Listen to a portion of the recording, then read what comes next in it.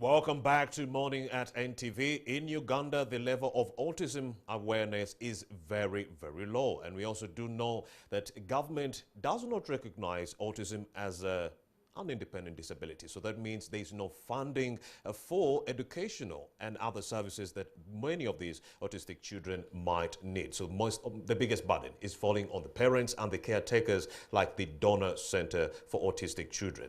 I do have Nambi Dorothy, the ED. She joins me right now to talk about some of the challenges they go through while taking care of autistic children. Why is government failing to recognize autism as an independent disability? Very good morning, Dorothy Nambi. Thank you for joining us. Why, in your opinion, do you think government does not recognize autism as an independent disability? And why is there low awareness, especially in Uganda? Well, thank you so much for this opportunity as NTV. So as an ED, you know, when you start a charity just as a sole proprietor, it's not easy. So you find that so many parents have these children. The divorce rates are quite very high. When we say government hasn't really supported, we are trying to imagine, maybe they don't understand, maybe they don't know, because so many children are still hidden, and we are trying to kind of like thrive as donor center first of all. That's when we got our partners, Brass for Africa, and then Voice Uganda to come in and support. But as government, for me as an individual, maybe I would say government hasn't understood. So when we are here at NTV, we are trying to say, government, come out and help. Why do you think they think it's a simple problem that should be brushed off? Why don't they take it so seriously? I still go back and I would say I think there is a lot of ignorance, first of all. The awareness, as I think, is also still really low, because we need funding. We need money to kind of like say, come out to the community, come to NTV and bring the message out. So maybe when we speak, when we cry, when we kind of like march, like, you know, showing and proving to them that these children are not disabled, they just have no need to march. We can only use a platform like NTV. I'm trying to say, walking like that. Not I understand. Not the other kind of like an ordinary Indeed. person, but, you know, Yes. trying to put up like some information that they're not disabled, they just have a hidden disability, but we need to support them. So meaning sensitization shouldn't start especially from the parent side, but top echelons of government, the legislators who are coming up with the policies. Exactly. Then for me, I think as an administrator, I would come to say that they've recognized the physical disability. Indeed. And this being a hidden one, as you saw Jacob. Yes, he Jacob couldn't and speak. so wait, what is Yes. the difference? So the parents who have them are traumatized and they're in their homes, silent, because the schools that are there tend to be also very expensive. And you're like, again, we are expensive because you have to pay rent, you have to buy food, the teaching is a one-on-one. So you find that the cost is very high. So when we come out to appreciate now, like Voice that came out to support the music program as a therapy, we are now trying to kind of like, oh, it is possible.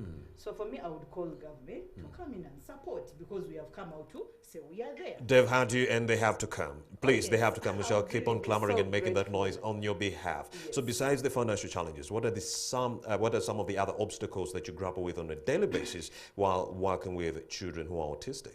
Of course, there is a lot of stigma that is in the community. Directed towards the children. Exactly. So when you see Sowed standing next to Jacob, before it was like autism is contagious.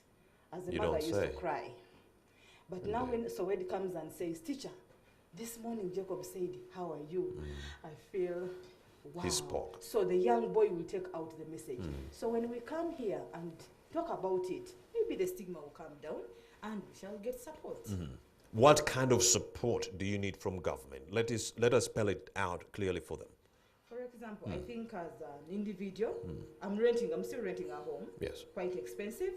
But if there were facilities, maybe government could kind of say, number one, they need to be given a priority, because I think in the Western world, autism is really addressed as a priority. The services are quite expensive. Speech therapy, one would charge you a 50,000 per an hour. That's quite so much.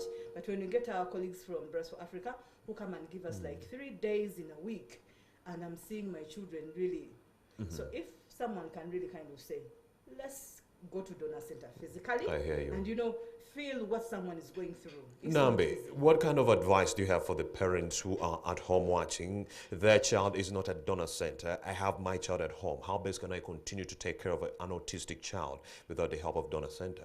Wow, I think the first thing is to accept, understand, and love your child. Indeed. Because when you understand, it means then someone is going to communicate will throw a tantrum, and then you're like, okay, maybe he wants tea.